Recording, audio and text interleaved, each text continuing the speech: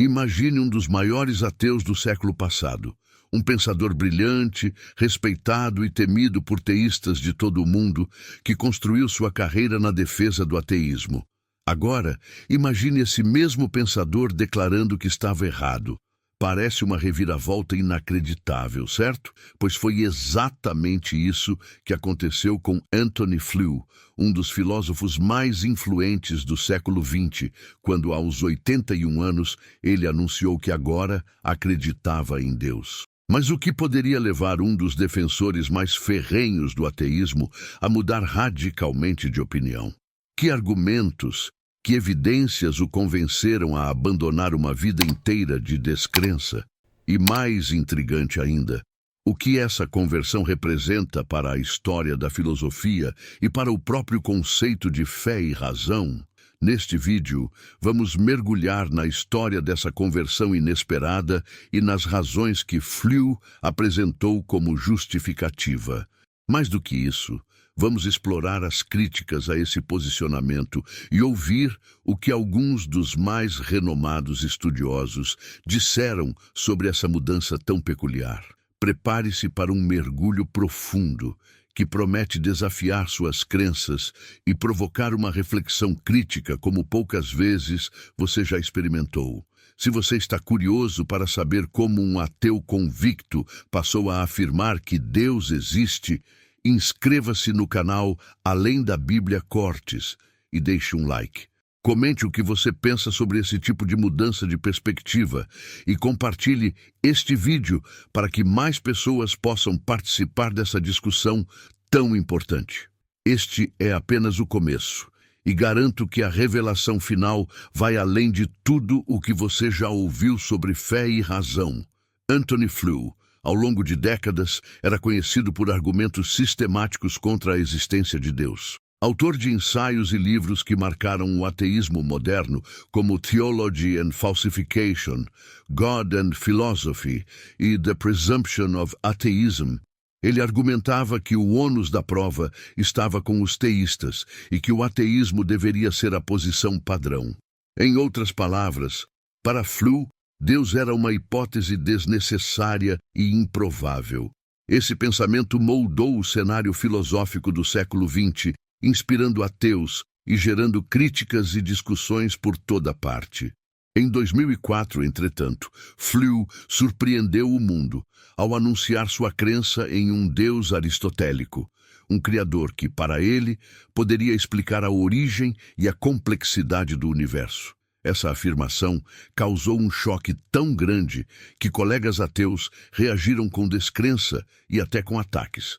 Richard Dawkins, um dos mais proeminentes defensores do novo ateísmo, referiu-se a essa conversão como uma tergiversação senil, sugerindo que Flew teria mudado de opinião devido à idade avançada. Mas Flew rebateu essas críticas com firmeza, afirmando que sua mudança foi baseada em razões filosóficas, não em medo ou fraqueza. E você, o que acha? Acredita que uma mudança de crença tão profunda, vinda de um intelectual reconhecido, poderia ser motivada por algo tão simples quanto o medo da morte? Ou haveria uma fundamentação genuína e consistente por trás de sua nova posição?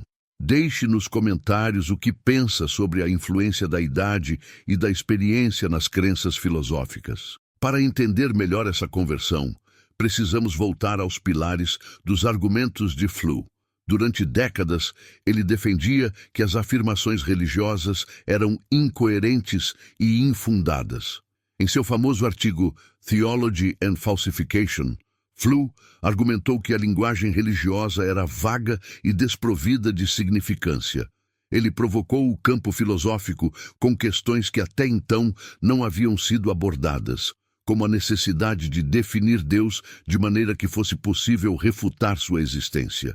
Em sua visão, enquanto não houvesse uma definição clara e lógica de Deus, a discussão sobre sua existência seria apenas um jogo de palavras.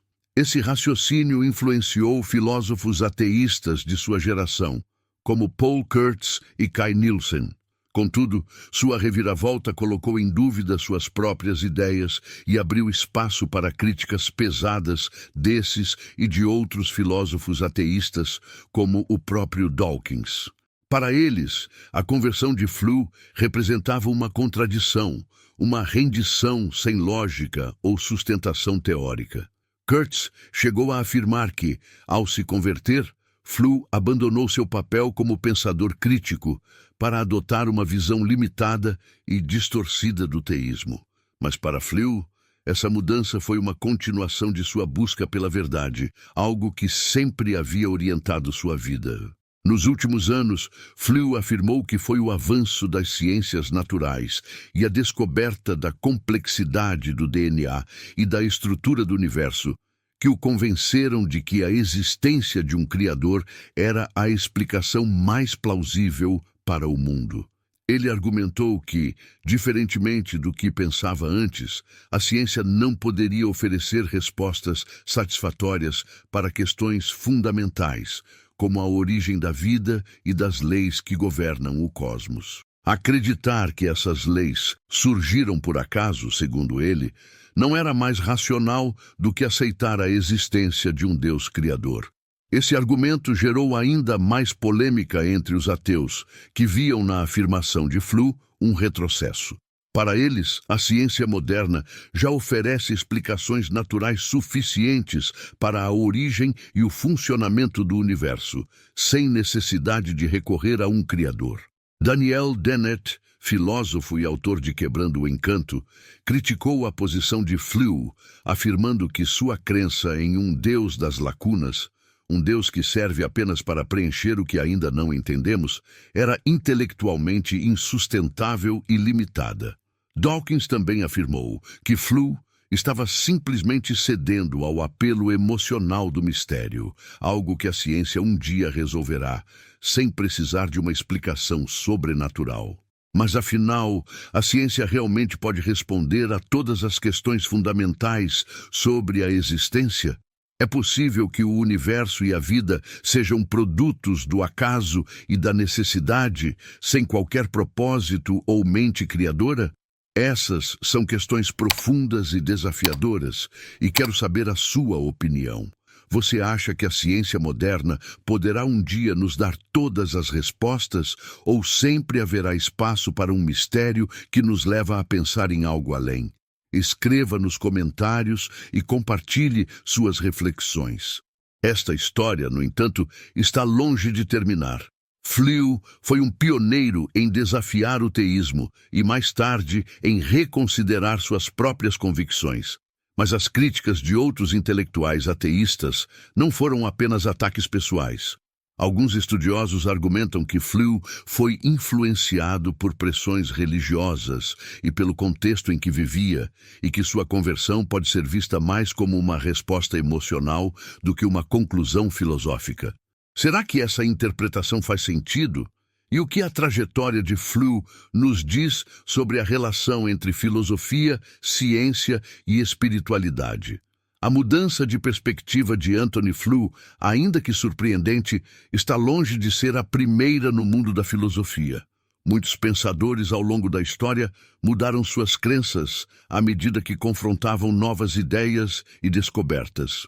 Contudo, o caso de Flew traz uma complexidade adicional devido ao peso que ele mesmo colocou em sua defesa do ateísmo ao longo de décadas. Um dos seus principais argumentos, por exemplo, foi a ideia de que a ciência deveria ser o guia para a compreensão do universo e que as explicações religiosas eram desnecessárias ou até ilusórias.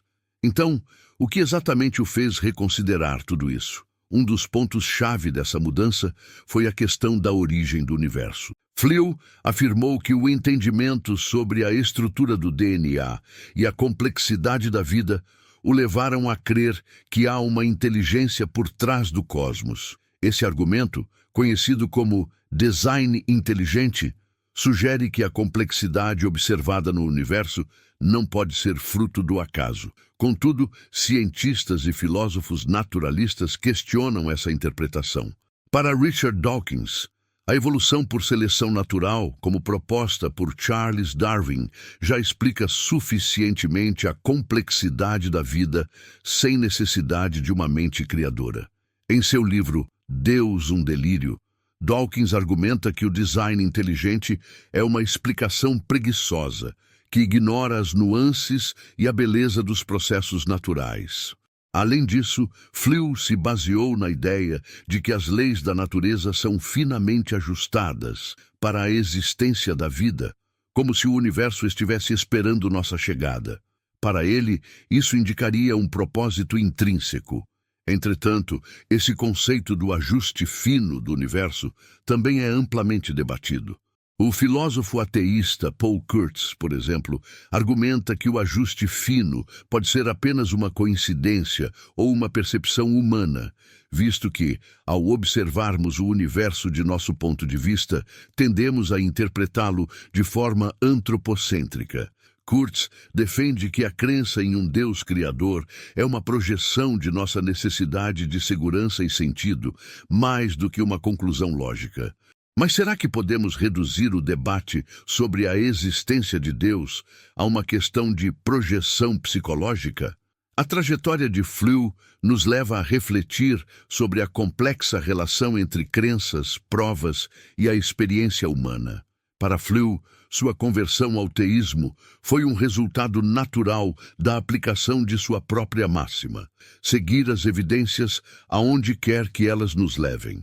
Ao longo de sua vida, ele aplicou esse princípio rigorosamente, argumentando que nenhuma crença deveria ser mantida sem uma base lógica sólida.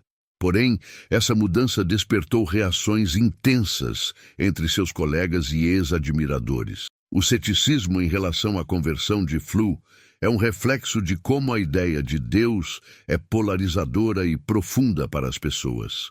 Dawkins e Dennett, por exemplo, argumentam que Flew foi persuadido pela retórica teísta de estudiosos cristãos e não por evidências científicas. Eles acreditam que Flew se deixou influenciar por debates em que ele teria sido exposto a argumentos teístas eloquentes e convincentes, mas que, na visão desses ateístas contemporâneos, seriam superficiais ou falhos. Sam Harris, autor de O Fim da Fé, sugere que, ao aceitar o conceito de uma mente por trás do universo, Flew estaria voltando aos velhos dogmas que a razão científica já superou.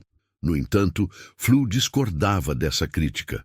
Ele acreditava que sua mudança não se tratava de uma simples adesão a dogmas religiosos, mas sim de uma descoberta racional baseada em uma avaliação honesta das evidências.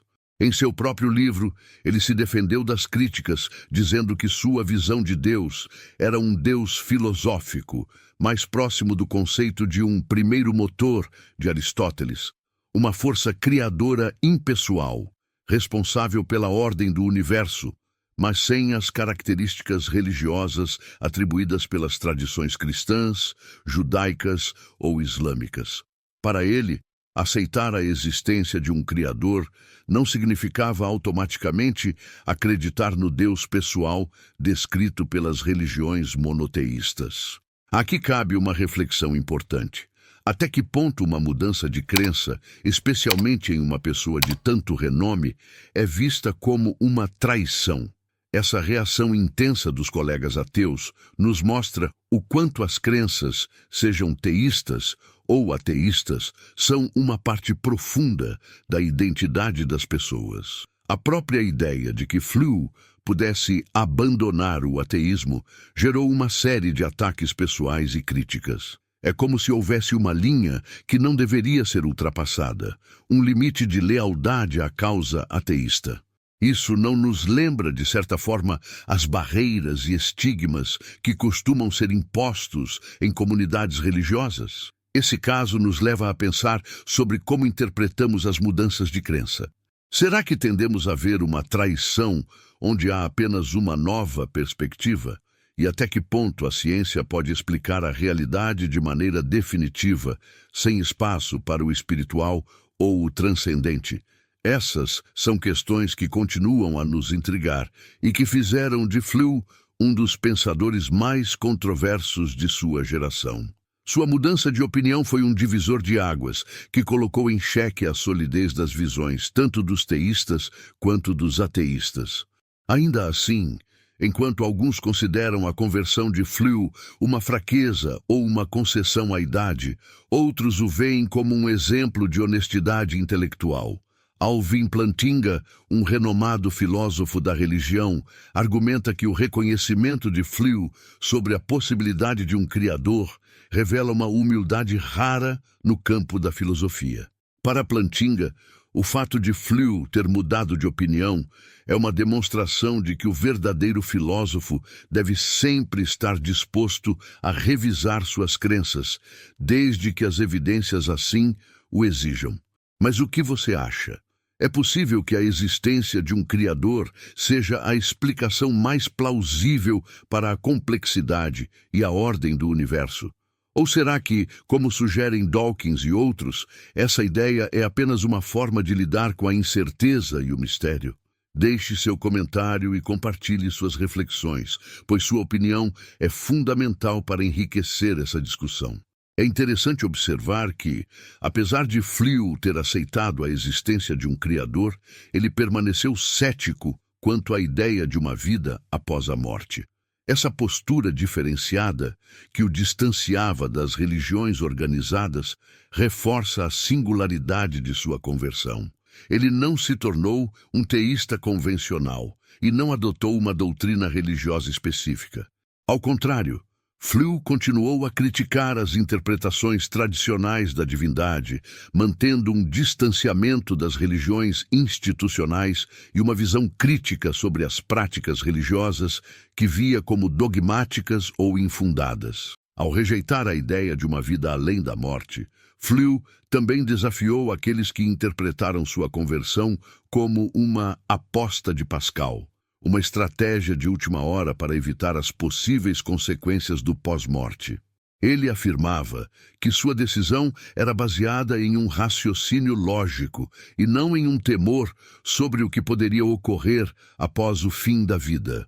Mas essa posição não satisfez muitos críticos, que continuaram a questionar se Flew estava sendo plenamente honesto em sua conversão, ou se suas afirmações eram uma forma de busca de sentido para lidar com a própria mortalidade. O impacto de sua conversão reverberou no meio acadêmico e na mídia, causando uma verdadeira tempestade de debates e análises. Vários pensadores e cientistas começaram a revisar os argumentos de Flew em suas próprias obras, tanto para defendê-lo quanto para refutá-lo. E nesse processo, o próprio campo da filosofia da religião foi renovado, com novas abordagens sobre a relação entre ciência e espiritualidade, emergindo a partir desse evento. Mas este é apenas o começo. Até agora vimos as razões declaradas por Flew para sua conversão e as reações dos críticos, mas ainda há mais a explorar. No próximo bloco, vamos nos aprofundar nos desdobramentos dessa mudança, incluindo as novas discussões que Flew desencadeou sobre o papel da ciência, da moralidade e do significado da existência. Ao longo de sua carreira, Anthony Flew foi um crítico incisivo da religião, mas sua reavaliação do conceito de Deus despertou uma discussão fascinante sobre a relação entre ciência, moralidade e a existência humana. Um dos argumentos que ele passou a apoiar é a ideia de que a existência de leis naturais universais e a estrutura ordenada do universo indicam uma inteligência por trás da criação. Para ele, o fato de o universo obedecer a leis tão precisas e de a vida ter emergido de condições tão complexas e delicadas é um indício de um Criador. Contudo, esse ponto de vista foi fortemente desafiado por pensadores ateístas. Para Daniel Dennett, a evolução e as leis naturais não precisam de uma mente que as tenha criado ou as esteja guiando. Em sua obra Quebrando o Encanto, Dennett argumenta que a natureza e a biologia evoluíram de formas complexas por meio de processos aleatórios e selecionados, sem a necessidade de uma inteligência divina. Para ele, a mente humana é produto da evolução e, como tal, tende a buscar padrões e significados, onde muitas vezes não há nada além de caos organizado. Essa visão contrasta diretamente com a posição de Flew, que agora via na ordem natural um sinal claro de algo além do mero acaso. Outro ponto de divergência entre Flew e seus críticos foi a questão da moralidade. Durante a maior parte de sua vida, Flew acreditava que a moralidade era um construto humano, uma convenção social sem uma base transcendente. No entanto, após sua conversão, ele passou a argumentar que a moralidade poderia ser uma evidência da existência de Deus, pois o senso de certo e errado, o sentimento de justiça e empatia apontariam para algo maior do que simples instinto. Para Flew, a moralidade nos leva a questionar se existe um bem absoluto, algo que transcenda as diferenças culturais e que possa ser atribuído a uma fonte divina. Mas essa visão também é criticada por filósofos contemporâneos. Richard Dawkins, em O Gene Egoísta, sugere que a moralidade humana pode ser explicada por mecanismos evolutivos, como a cooperação e a empatia, que aumentaram as chances de sobrevivência de grupos humanos ao longo do tempo. Na perspectiva de Dawkins, o que chamamos de moralidade nada mais é do que uma adaptação evolucionária que promove a coesão social e o bem-estar do grupo, sem necessidade de um código moral universal dado por um ser superior. Em vez de ser um dom divino, a moralidade seria, então, um produto da evolução. Aqui, o espectador é convidado a refletir até que ponto a moralidade pode ser vista como uma adaptação prática e até que ponto ela revela uma dimensão espiritual e transcendente. Essa é uma questão profunda, que gera debates até hoje e que nos faz perguntar: será que a moralidade é simplesmente uma ferramenta de sobrevivência ou é uma janela para algo maior? Um indício de uma verdade absoluta? A discussão sobre moralidade e a existência de Deus não é nova, mas a posição de Flew, por ter mudado ao longo do tempo, traz uma dimensão pessoal e única. Durante grande parte de sua vida, ele argumentou que a moralidade era um conceito que cada sociedade desenvolvia de acordo com suas próprias necessidades e circunstâncias. Mas, ao final, Flew parecia reconhecer que certas normas morais, como o respeito pela vida e a busca pela verdade, transcendem as culturas e as épocas, sugerindo uma fonte de valor objetiva e superior. Para ele, essa fonte poderia muito bem ser atribuída ao Criador. Por outro lado, críticos como Sam Harris, autor de O Fim da Fé, defendem que o sofrimento humano causado por muitas religiões ao longo da história é uma prova de que a moralidade não precisa estar ligada a uma divindade. Harris acredita que a moralidade pode e deve ser construída sobre uma base secular, onde o bem-estar e a minimização do sofrimento são os valores mais elevados. Em sua visão, as religiões historicamente falharam em proteger os indivíduos e promover a paz, frequentemente perpetuando dogmas que justificaram opressões e conflitos. Assim, a conversão de Flew para Harris não era uma prova da necessidade de um Deus moral, mas sim um exemplo de como mesmo os grandes pensadores podem se enganar em suas interpretações. Essa crítica levanta outra questão instigante. Se Deus realmente existe e é a fonte de toda a moralidade, por que há tanta injustiça e sofrimento no mundo? Para os filósofos e críticos ateístas, a presença do mal no mundo é uma das evidências mais fortes contra a existência de um Deus benevolente. Já para os teístas, o mal e o sofrimento são realidades que desafiam a compreensão humana, mas que podem ter um propósito desconhecido, além de estarem relacionados à liberdade de escolha. Essa é uma questão filosófica e teológica que gera discussões profundas e sem respostas definitivas. Anthony Flew, apesar de sua conversão, não afirmava ter respostas para todas essas questões. Ele admitia que ainda não compreendia completamente a relação entre o mal e a existência de Deus. Sua visão de Deus, como já vimos, era a de um ser mais próximo do primeiro motor de Aristóteles, uma força criadora sem necessariamente os atributos de amor e justiça das religiões monoteístas tradicionais. Flew não abraçou uma religião específica, e essa distinção é importante para compreender sua conversão, que foi, em sua visão, uma resposta ao que ele considerava evidências lógicas e não uma adesão a dogmas religiosos. Essa posição, no entanto, gerou mais controvérsias. Para alguns, a conversão de Flew parecia ser uma rendição aos argumentos teístas, mesmo que ele não admitisse isso de maneira explícita. William Lane Craig, um dos principais defensores da filosofia cristã contemporânea, viu na conversão de Flew uma confirmação de que os argumentos filosóficos a favor de Deus são fortes o suficiente para convencer até mesmo um cético como Flew. Craig argumenta que Flew finalmente reconheceu a falha do materialismo em responder adequadamente às questões fundamentais sobre o universo e a vida.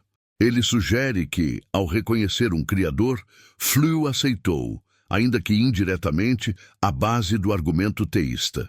No entanto, outros pensadores acreditam que a conversão de Flew foi exagerada pela mídia e por alguns defensores da religião. Eles argumentam que, embora Flew tenha aceitado a existência de um Criador, ele nunca declarou adesão à fé cristã ou a qualquer outra tradição religiosa organizada. Seu conceito de Deus continuava distante do Deus bíblico, sendo mais uma força lógica e impessoal. Esse distanciamento é uma chave para entender sua conversão, que não foi uma adesão religiosa, mas uma resposta intelectual a questões que ele considerava irrespondíveis sem a existência de uma inteligência superior. E você, o que pensa sobre isso? É possível que a razão e a fé possam coexistir, como Flew sugeriu em seus últimos anos? Ou seria essa uma tentativa de conciliar ideias inconciliáveis? Essa mudança de perspectiva nos faz questionar até que ponto as crenças estão abertas ao diálogo com a ciência e a filosofia, e se, em algum momento, um consenso pode ser alcançado entre visões tão opostas. Anthony Flew é um exemplo de como as ideias, mesmo aquelas que parecem inabaláveis, podem mudar ao longo do tempo. E seu caso nos lembra que a filosofia é, acima de tudo, uma busca contínua, sem verdades definitivas. Flew dedicou sua vida ao questionamento e sua conversão, em vez de ser vista como um fim, pode ser interpretada como uma nova etapa de uma jornada que ainda deixa muitos pontos em aberto. Ao nos aproximarmos do final deste vídeo, temos mais algumas revelações importantes sobre o legado e as implicações dessa mudança radical de um dos maiores pensadores do ateísmo. No próximo bloco, vamos explorar as últimas implicações filosóficas da conversão de Flew e o impacto que sua mudança de visão teve para a comunidade intelectual. À medida que analisamos a trajetória de Anthony Flew, percebemos que sua conversão não é apenas um episódio isolado, mas parte de uma discussão muito maior sobre os limites da razão, da ciência e da fé. Flew nos oferece um exemplo raro de como até mesmo as mentes mais rigorosas podem encontrar razões para mudar de perspectiva quando confrontadas com novas evidências ou reflexões. Mas será que sua conversão realmente representa uma vitória para o teísmo? Ou apenas revela as limitações da ciência em responder a questões que vão além do mundo físico? Ao se deparar com questões sobre a origem do universo, a ordem natural e a própria vida, Flew concluiu que a existência de uma mente criadora era uma explicação plausível, talvez até a mais racional. Mas, como vimos, essa interpretação não foi suficiente para convencer seus colegas ateístas, que continuaram a defender que a ciência ainda não esgotou suas possibilidades de explicação e que acreditar em um Deus criador é precipitado, Para eles, o apelo de Flew ao Deus aristotélico é uma concessão emocional, mais uma resposta ao mistério do que uma explicação baseada em provas. Esses críticos apontam que a história da ciência é marcada por descobertas que, em seu tempo, pareciam inatingíveis ou inexplicáveis, mas que hoje entendemos com clareza. Exemplos incluem desde a mecânica quântica até a teoria da relatividade, que transformaram nosso entendimento sobre o universo e revelaram aspectos da realidade que antes eram completamente desconhecidos. Para cientistas como Dawkins e Harris, é apenas uma questão de tempo até que novas descobertas expliquem o que hoje chamamos de mistérios. Flew, ao aceitar a hipótese de um criador, estaria, segundo eles, desistindo de procurar respostas naturais. Entretanto, para Flew, a ciência e a filosofia devem andar juntas, e essa cooperação pode nos levar a respostas mais profundas sobre a existência. Ele argumentava que, ao longo de sua vida, viu a filosofia mudar e se renovar inúmeras vezes, e que a conversão era parte de sua própria evolução intelectual. Não se tratava de uma aceitação cega ou uma simples concessão, mas de uma jornada que ele sempre orientou pela máxima: seguir as evidências aonde quer que elas levem. Mesmo que essa jornada o tenha levado a um destino inesperado, ele a considerava uma continuação do trabalho que sempre realizou. Além disso, a mudança de Flew também reacendeu o debate sobre a necessidade de um fundamento espiritual ou transcendente para a compreensão do universo e da própria condição humana. Para filósofos como Alvin Plantinga e William Lane Craig, a conversão de Flew foi um momento de ruptura que revelou as fraquezas do ateísmo estrito e materialista. Plantinga, por exemplo, defende que o pensamento humano e a razão só fazem sentido se houver uma mente suprema que fundamenta e sustenta a lógica do universo. Sem essa base, ele argumenta, nossas próprias capacidades racionais seriam questionáveis. Por outro lado, os críticos de Flew veem sua mudança como uma concessão e alertam contra o risco de adotar explicações espirituais para problemas científicos. Dennett, Dawkins e Harris defendem que a crença em Deus deve ser questionada e posta de lado para que a humanidade possa explorar seu verdadeiro potencial racional.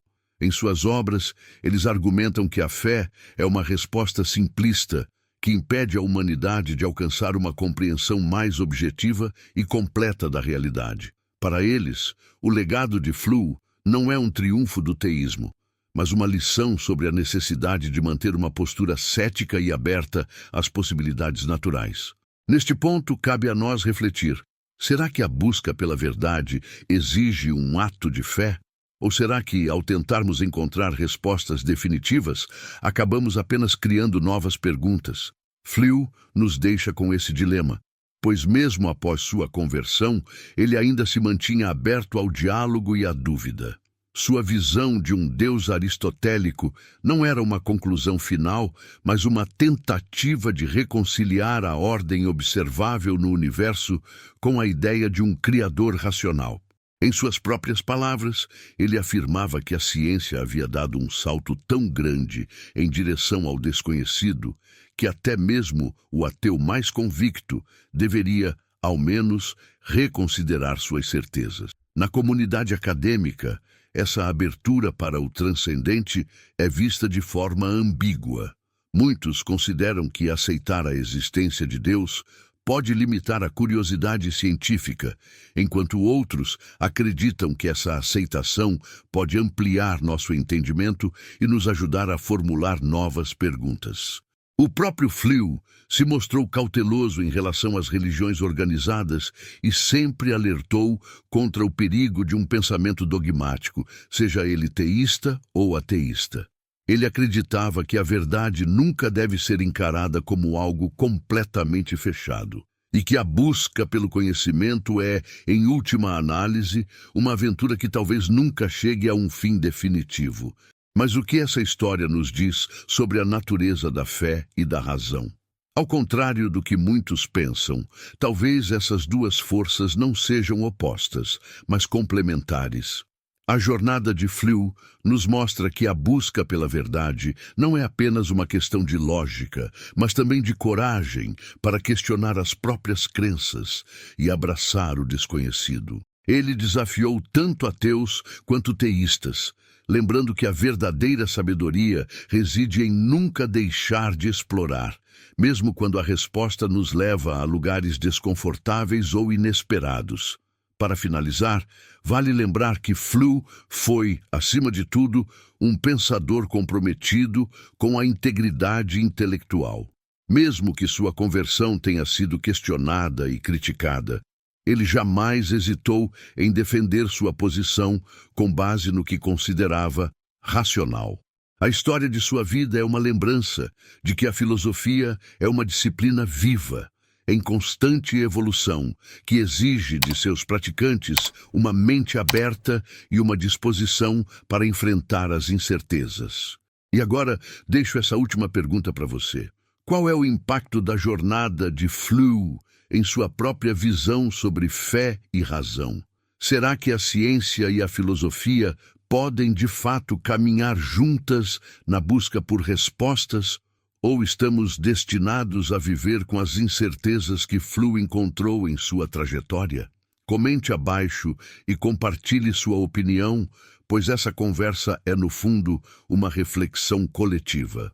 Se você chegou até aqui, agradecemos por acompanhar essa análise profunda sobre a conversão de Anthony Flew. Não se esqueça de se inscrever no canal Reflexões Bíblicas, deixar seu like e compartilhar este vídeo com quem você acha que também vai se interessar por essa discussão. Se quer continuar explorando o tema, assista aos vídeos recomendados que aparecerão na tela final. Em um deles, aprofundamos o debate sobre os mistérios da fé e da ciência, e no outro, abordamos outras figuras que também passaram por transformações em suas crenças. Obrigado por assistir e até a próxima reflexão.